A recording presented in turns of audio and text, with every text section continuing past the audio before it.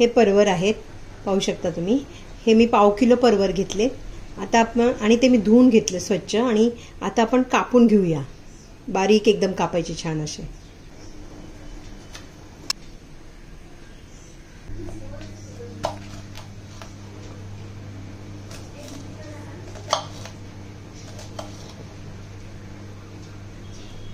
परवर आता आपण कापून घेऊया, बारीक कापायचं एकदम, लवकर शिजतं, कारण हे जरा कठीण असतं ना, म्हणून आपण थोडं बारीक कापून घ्यायचं। एकदम साधी सोपी भाजी आहे ही, कारण आपल्याला डब्याला सुद्धा आपण ही देऊ शकतो ही भाजी। कापून घेते आणि मग हे सगळे कापून झालेले आहेत आपण परवर। आता आपण भाजी करायला सुरुवात करूया। कढई गरम झालेली आहे, आता आपण तेल टाकूया, याच्यात 2-3 चमचे तेल घालूया। मोहरी अर्धा चमचा, जिरे 1 चमचा, एक मोठा कांदा आपण कापून घेतलेला आहे तो घालूया। भाजून घेते मी। आलं लसूण पेस्ट टाकूया आपण, आता भाजून घेऊया, व्यवस्थित भाजून घेऊया आलं लसूण। ही भाजी खूप पौष्टिक आहे, आणि परवरची भाजी ना खूप पौष्टिक आहे, फायबर खूप आहे, म्हणजे आपल्याला ते पायलचा कुणाला त्रास असेल तर त्यांनी नियमित 1 आठवड्याला एकदा खाल्ली तर चांगली आहे। प्रतिकारशक्ती वाढवते, बरेच फायदे आहेत, पण कोणी जास्त लोक खात नाहीत परवरची भाजी,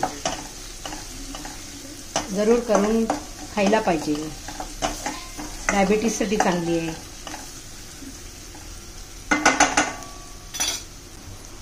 अर्धा चमचा हळद घालते।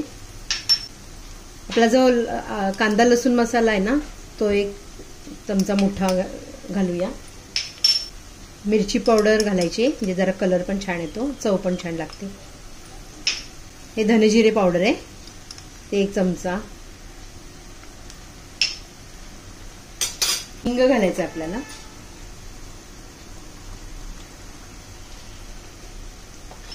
तर आता आपण व्यवस्थित हलवून घेऊया। मसाला आपण जो रेग्युलर मसाला जे आपण टाकलेले आहे ते आता छान भाजून झालेले आहे। थोडंसं आपल्याला एक अर्धा टोमॅटो टाकायचे कापून,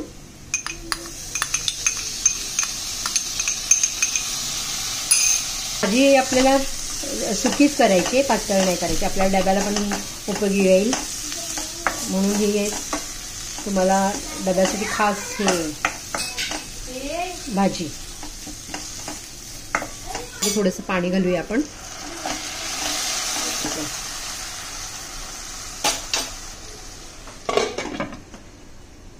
बरोबर आपला चांगला भाजलेला आहे, आपला ते झुटलेलं आहे। त्यात आपल्याला आता थोडीशी हे जी मी डाळ भिजवली आहे, चना डाळ, एक अर्धा तास मी भिजत ठेवलेली चना डाळ, ती आपण यात घालायची।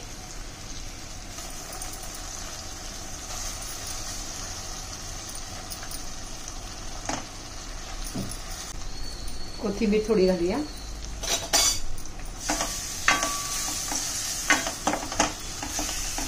चना डाळ भिजवून जी घालतो आपण त्याच्यामुळे भाजीला खूप चव छान येते अशी, म्हणून चना डाळ घालायची। आता हे जे परवर आपण चिरलेलं आहे ना ते आपण घालूया।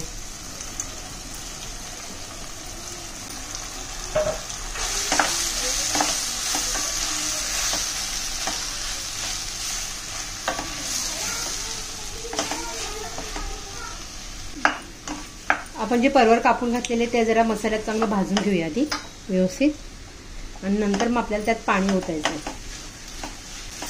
आधी व्यवस्थित तेलात परतून घेऊया।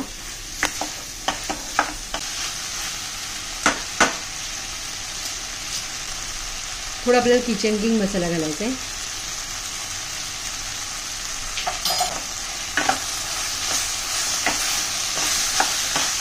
तेलात चांगलं मी परतून घेतले, आता आपण पाणी घालूया शिजण्यापुरतं।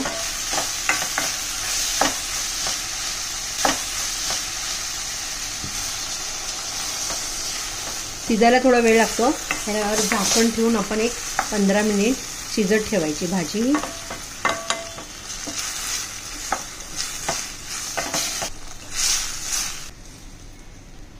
मीठ घालूया.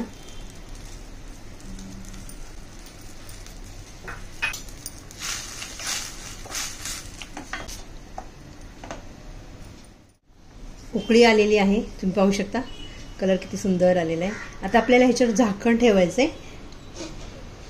थोडंसं ना तिरकं ठेवायचं म्हणजे तेल उडत नाही. थोडीशी अशी तिरपी अशी हे ठेवायची, झाकण तिरपं ठेवायचं म्हणजे काय तेल उडून पूर्ण जात नाही. आता हे चांगलं 10 ते 15 मिनिटं लागणार आहे शिजायला. तोपर्यंत झाकण ठेवलेलं 15 मिनिट. आता पाहूया आपण. बघा भाजीचा कलर पण छान आलाय आणि भाजी पण शिजलेली आहे.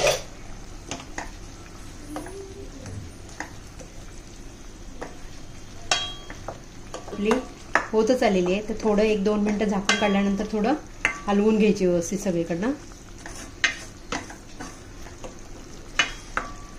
जास्त कोरडी पण नाही करायची, अशी लपथवी थोडीसं पाणी, चपातीला पण खाता येईल असं. भाजी आपली रेडी झालेली आहे. परवरची भाजी तुम्ही भाकरीवर चपातीवर पण खाऊ शकता, डब्याला पण देऊ शकता.